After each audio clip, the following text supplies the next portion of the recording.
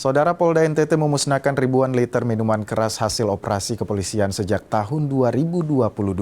Umumnya, miras yang dimusnahkan merupakan miras tradisional. Sebanyak 6.300 liter lebih minuman keras berbagai jenis dimusnahkan tim Direktorat Narkoba Polda Nusa Tenggara Timur di tempat pembuangan akhir atau TPA Alak, Kota Kupang, Nusa Tenggara Timur. Ribuan liter miras ini merupakan hasil operasi kepolisian yang dilakukan sejak tahun 2022 hingga saat ini. Umumnya, miras ini merupakan minuman tradisional yang diproduksi di wilayah NTT dan yang didatangkan dari luar NTT.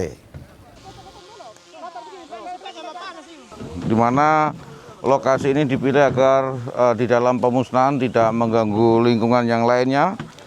Dan barang bukti ini disita dari kegiatan kepolisian dan kegiatan polisian yang rutin yang ditingkatkan dari tahun 2022. Jadi maksud dan tujuannya adalah untuk mengamankan barang bukti juga mencegah terjadinya tindak pidana yang lain.